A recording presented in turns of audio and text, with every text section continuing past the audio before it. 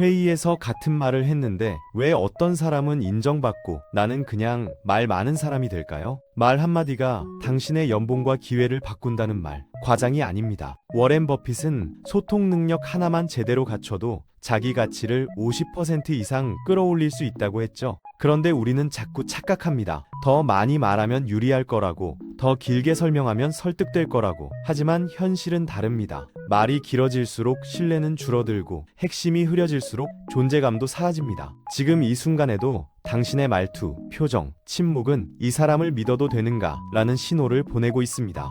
오늘은 우리가 무심코 반복하는 5가지 말 습관을 짚어보고 어떻게 바꾸면 무시당하지 않는 사람이 되는지 이야기해 보겠습니다.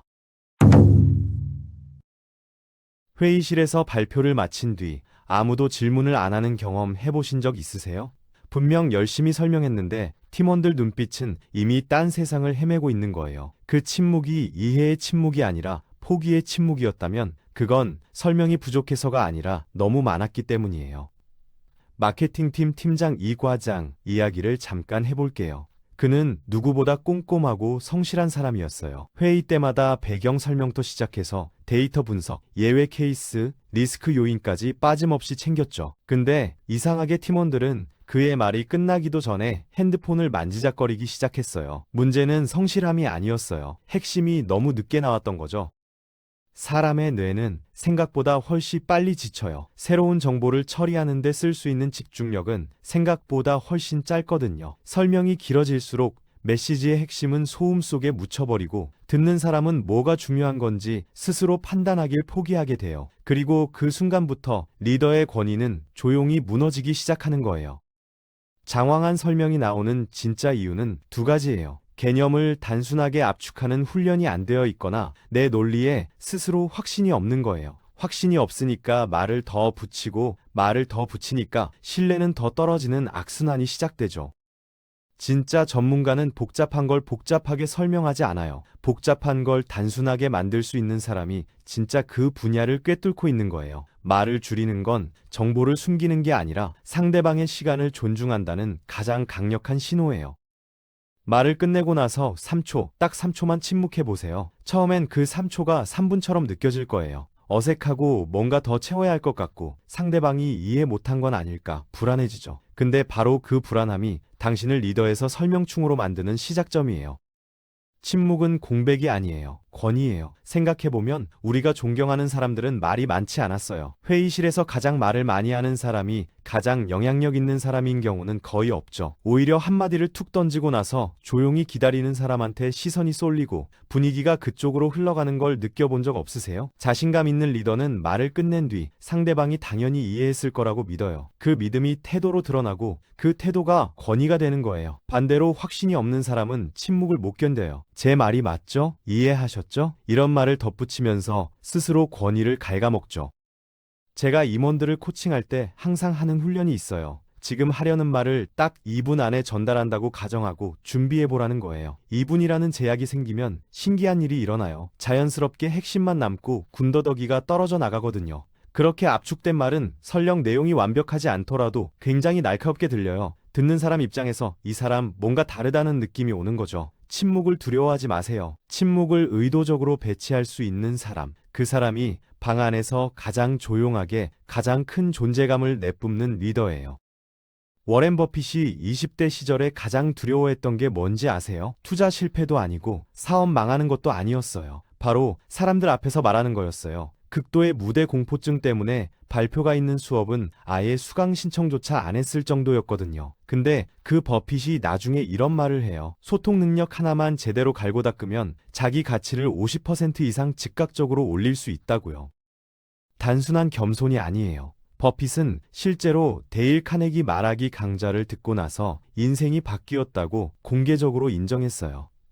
지금도 그 수료증을 하버드 MBA 학위보다 더 소중하게 사무실 벽에 걸어뒀다고 하죠. 세계 최고의 투자자가 말하기 능력을 자산 증식의 핵심 도구로 꼽은 거예요. 왜 그럴까요? 생각해보면 간단해요. 아무리 뛰어난 아이디어도 전달이 안 되면 존재하지 않는 거나 마찬가지거든요. 투자자를 설득하든 팀원에게 방향을 제시하든 고객에게 가치를 설명하든 결국 모든 비즈니스의 결정적 순간엔 말이 있어요. 문제는 많은 사람들이 소통 능력을 타고나는 재능이라고 착각한다는 거예요. 말을 잘하는 사람은 원래부터 잘하는 거라고요. 근데 버핏의 사례만 봐도 그게 아니라는 게 증명되잖아요. 소통은 훈련이에요. 더 정확히는 핵심을 뽑아내는 사고 훈련이죠. 발표 준비할 때 슬라이드 장수 늘리는데 공들이지 마세요. 대신 이 질문 하나를 붙들어 보세요. 딱 두 문장으로 요약하면 뭔가, 그 두 문장을 찾는 순간 당신의 소통은 완전히 달라져요. 말은 입으로만 하는 게 아니에요. 당신이 입을 열기 전부터 이미 몸이 먼저 말을 시작하거든요. 아무리 자신감 넘치는 말을 쏟아내도 손이 떨리고 시선이 흔들리고 어깨가 움츠러들어 있다면 듣는 사람은 본능적으로 뭔가 어긋났다는 걸 느껴요. 말과 몸이 다른 신호를 보낼 때 사람들은 항상 몸의 신호를 믿거든요. 한번 주변을 떠올려 보세요. 발표할 때 무의식적으로 머리카락을 만지작거리는 동료, 긴장하면 볼펜을 딸깍딸깍 누르는 상사, 말하면서 자꾸 코를 만지는 거래처 담당자. 그 사람들이 아무리 논리적인 말을 해도 어딘가 불안해 보이죠. 그 불안함이 신뢰를 갉아먹는 거예요. 반대로 공간을 크게 차지하며 천천히 움직이는 사람을 보면 어때요? 말이 많지 않아도 왠지 믿음이 가고 저 사람 말이라면 한번 들어봐야겠다는 생각이 들잖아요. 그게 바로 몸짓 언어가 만들어내는 권위예요. 구체적으로 바꿔볼 수 있는 것들이 있어요. 말하는 속도를 평소보다 조금만 늦춰보세요. 천천히 말하는 사람은 여유 있어 보이고 여유는 곧 자신감으로 읽혀요. 손은 테이블 위에 자연스럽게 올려두고 시선은 한 사람에게 2초에서 3초 정도 머문 뒤 다음 사람으로 옮겨가세요. 어깨는 펴되 힘을 빼고요. 사소해 보이죠? 근데 이 작은 것들이 쌓이면 완전히 다른 사람이 돼요. 몸이 안정되면 마음도 안정되고 마음이 안정되면 말도 달라지거든요. 몸짓 언어는 남에게 보여주는 퍼포먼스가 아니라 나 자신에게 보내는 신호예요. 무대 위에 선 사람과 청중석에 앉은 사람의 차이가 뭔지 아세요? 기술도 아니고 경험도 아니에요. 공간을 대하는 태도예요. 무대 위에 선 사람은 그 공간이 자기 것이라고 생각하고 청중석에 앉은 사람은 그 공간이 남의 것이라고 느끼거든요. 성공한 CEO들의 발표 영상을 유심히 보면 공통점이 있어요. 그들은 서두르지 않아요. 단상에 올라가서 바로 말을 시작하지 않고 잠깐 멈추고 청중을 한번 훑어봐요. 그 짧은 순간에 이미 분위기가 그 사람 손에 넘어가는 거예요. 움직임도 마찬가지예요. 무대 한쪽으로 이동할 때도 목적 없이 서성이는 게 아니라 강조하고 싶은 말과 함께 딱 맞춰 움직여요. 모든 동작에 의도가 있는 거죠. 반면 긴장한 사람들은 어때요? 자기도 모르게 한자리에서 좌우로 흔들리거나 팔짱을 꼈다 풀었다를 반복하거나 발표 내내 스크린만 쳐다보죠. 그 순간 청중의 관심은 내용이 아니라 발표자의 불안한 행동으로 쏠려요. 메시지가 아니라 사람이 보이기 시작하는 거예요. 그리고 그렇게 되는 순간 그 발표는 이미 진 거나 다름없어요. 제스처도 마찬가지예요. 손을 크게 벌려 공간을 강조하거나 숫자를 말할 때 손가락으로 짚어주는 것만으로도 메시지의 전달력이 확 올라가요. 중요한 건 제스처가 말보다 먼저 나오면 안 된다는 거예요. 말과 동시에 혹은 살짝 뒤따라 나와야 자연스럽거든요. 임원급 존재감은 타고나는 게 아니에요. 느리고 정확한 움직임, 의도를 담은 시선, 공간을 내 것으로 만드는 태도. 이 세 가지를 훈련하면 누구든 그 존재감을 만들어낼 수 있어요. 누군가 나서서 정리해주길 기다리다가 결국 아무것도 안 된 경험 한 번쯤은 있으시죠? 회의가 끝날 때까지 결론이 안 나고 다음 회의에서 또 같은 얘기가 반복되고 그 혼란 속에서 조용히 손을 드는 사람이 있어요. 그 사람이 리더가 되는 거예요. 직함이 있어서가 아니라 행동했기 때문에요. 리더십은 임명되는 게 아니에요. 직명되는 거예요. 제가 대학 시절에 직접 겪은 일이에요. 팀 프로젝트였는데 핵심 멤버 둘이 갑자기 몸이 아파서 빠지게 됐어요. 남은 사람들은 어떻게 할지 몰라서 서로 눈치만 보고 있었죠. 저도 솔직히 나서기 싫었어요. 내 담당도 아닌데 왜 내가 책임져야 하나 싶었거든요. 근데 그냥 아무도 안 하면 다 같이 망하는 거잖아요. 그래서 그냥 했어요. 일정 다시 짜고 역할 재배분하고 방향 정해서 이렇게 합시다 했더니 다들 따라오더라고요. 그게 리더십이었어요. 거창한 게 아니었어요. 허락을 기다리는 사람은 영원히 팔로워예요. 리더는 허락을 구하는 게 아니라 방향을 만드는 사람이거든요. 제가 이걸 해도 될까요?가 아니라 제가 이렇게 하겠습니다로 말하는 순간 주변 사람들의 시선이 달라져요. 물론 틀릴 수도 있어요. 방향이 완벽하지 않을 수도 있죠. 근데 안개 속에서 아무 방향도 없는 것보다 조금 불완전하더라도 확실한 방향 하나가 훨씬 나아요. 사람들은 정답을 아는 사람보다 확신을 가진 사람을 따르거든요. 혼란 속에서 등대가 되는 것, 그게 리더의 첫 번째 역할이에요. 혹시 제 의견이 너무 앞서 나간 건 아닐까요? 회의실에서 이런 말을 꺼내는 순간 그 사람의 리더십은 그 자리에서 절반이 깎여요. 내용이 아무리 좋아도요. 사람들은 그 말을 들으면서 무의식적으로 생각하거든요. 이 사람 스스로도 확신이 없구나. 그럼 나는 왜 확신해야 하지? 리더의 확신은 전염돼요. 그리고 불안도 똑같이 전염되죠. 조직 심리학 연구들을 보면 흥미로운 패턴이 있어요. 팀 성과에 가장 큰 영향을 미치는 요소가 전략의 완성도나 팀원의 역량이 아니라 리더가 얼마나 일관되고 확신 있는 태도를 보이느냐라는 거예요. 완벽한 계획보다 흔들리지 않는 리더 하나가 팀 전체를 움직이는 거죠.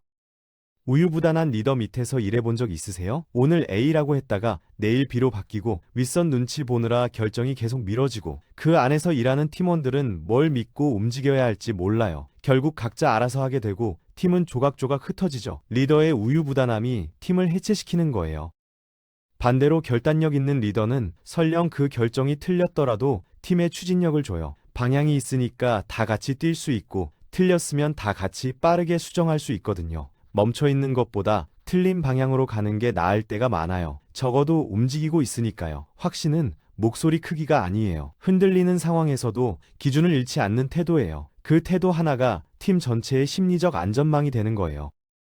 어려운 말을 꺼내야 하는 순간 우리는 본능적으로 피하고 싶어져요. 괜히 말했다가 관계가 불편해지면 어떡하지? 상대방이 상처받으면 어떡하지? 그 걱정이 입을 닫게 만들죠. 근데 그렇게 입을 닫는 순간 팀원들은 말없이 리더에 대한 신뢰를 거둬들이기 시작해요. 아무도 눈치채지 못하는 것 같아도요.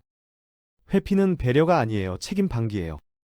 마크 주커버그가 한 말 중에 이런 게 있어요. 아무도 진실을 말하지 않으려 할 때 홀로 그 진실을 꺼내는 것이 CEO의 가장 중요한 임무라고요. 듣기 좋은 말만 오가는 조직은 겉으로는 평화로워 보여도 안에서는 곶고 있거든요. 문제를 직면하지 않으면 문제는 사라지는 게 아니라 더 커질 뿐이에요.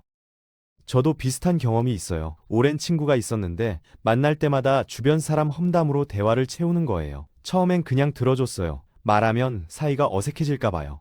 근데 어느 날 용기를 내서 말했어요. 나는 이런 대화가 불편하다고. 우리가 더 좋은 얘기를 나눌 수 있는 사이라고 생각한다고요. 어색했어요. 잠깐은요. 근데 그 이후로 관계가 오히려 더 깊어졌어요. 불편한 진실이 관계를 망가뜨린 게 아니라 오히려 단단하게 만든 거죠. 리더도 똑같아요. 쓴소리를 참는 건 친절한 게 아니에요. 상대방이 성장할 기회를 빼앗는 거예요. 비난과 직면은 달라요. 비난은 사람을 공격하지만 직면은 상황을 다루는 거거든요. 침착하게 사실에 근거해서 우리의 관계와 팀을 위해 말하는 것. 그게 리더다운 용기예요. 솔직하게 말할게요. 불편한 진실을 말하는 것보다 더 어려운 게 있어요. 그걸 말한 뒤에도 흔들리지 않는 거예요. 어려운 대화를 나눈 직후엔 꼭 이런 생각이 밀려오거든요. 내가 너무 심하게 말한 건 아닐까? 저 사람이 나를 나쁘게 보면 어떡하지? 그 불안함을 이겨내는 것. 그게 정직한 리더십의 진짜 시험대예요. 정직함은 한 번의 용기가 아니에요. 반복되는 선택이에요. 신뢰는 한 번의 멋진 발언으로 쌓이지 않아요. 매번 불편한 순간에도 일관되게 진실을 말하는 태도가 쌓이고 쌓여서 만들어지는 거예요. 팀원들은 리더가 어떤 말을 하는지보다 어려운 순간에 어떻게 행동하는지를 훨씬 오래 기억하거든요. 반대로 진실을 모호하게 전달하는 리더는 어떻게 될까요? 처음엔 갈등을 피한 것처럼 보여요. 근데 시간이 지나면 팀원들이 알아채요. 이 리더는 불편한 말을 못하는 사람이구나. 그럼 나도 솔직하게 말하면 안 되겠다. 그렇게 조직 전체가 서로 듣기 좋은 말만 주고받는 구조로 굳어버려요. 가장 위험한 형태의 침묵이 만들어지는 거죠. 정직한 소통이 만들어내는 건 단순한 신뢰가 아니에요. 문제가 터졌을 때 가장 먼저 찾게 되는 사람, 어려운 결정을 내려야 할 때 옆에 두고 싶은 사람, 그 자리가 리더에게 주어지는 거예요. 솔직함은 단기적으로 아플 수 있지만 장기적으로는 그 어떤 전략보다 강력한 신뢰의 자산이 돼요. 어려운 대화를 마치고 나서 느끼는 그 홀가분함, 스스로에 대한 존중감, 그게 리더로서의 자존감을 지탱해주는 기둥이에요. 폭풍우 속에서 숨지 않는 사람, 그 사람 곁으로 사람들이 모여드는 거예요.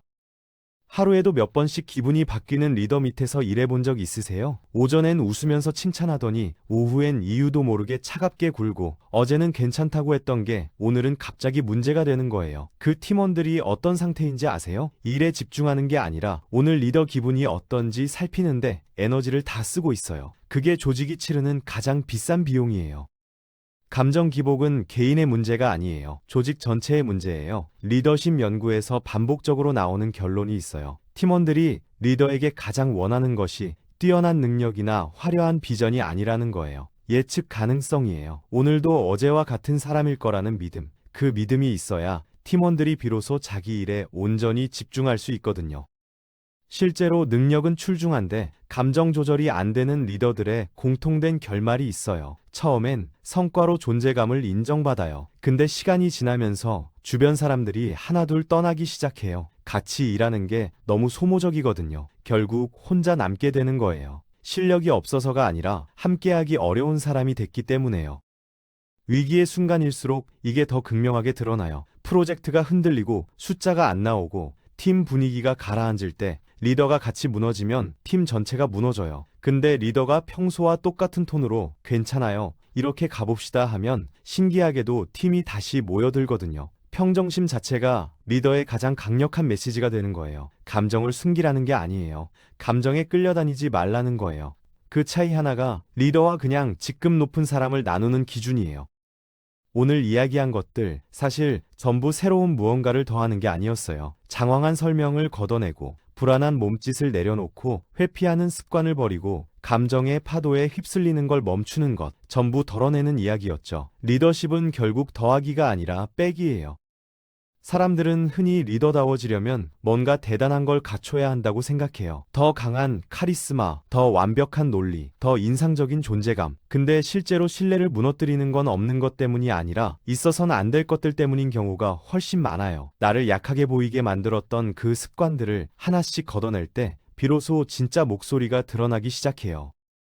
지금 당장 하나만 골라보세요. 말을 줄이는 것, 침묵을 견디는 것, 어려운 대화를 피하지 않는 것. 그 하나가 바뀌면 나머지도 따라와요. 리더십은 한꺼번에 완성되는 게 아니라 매일의 선택이 쌓여서 만들어지는 거니까요.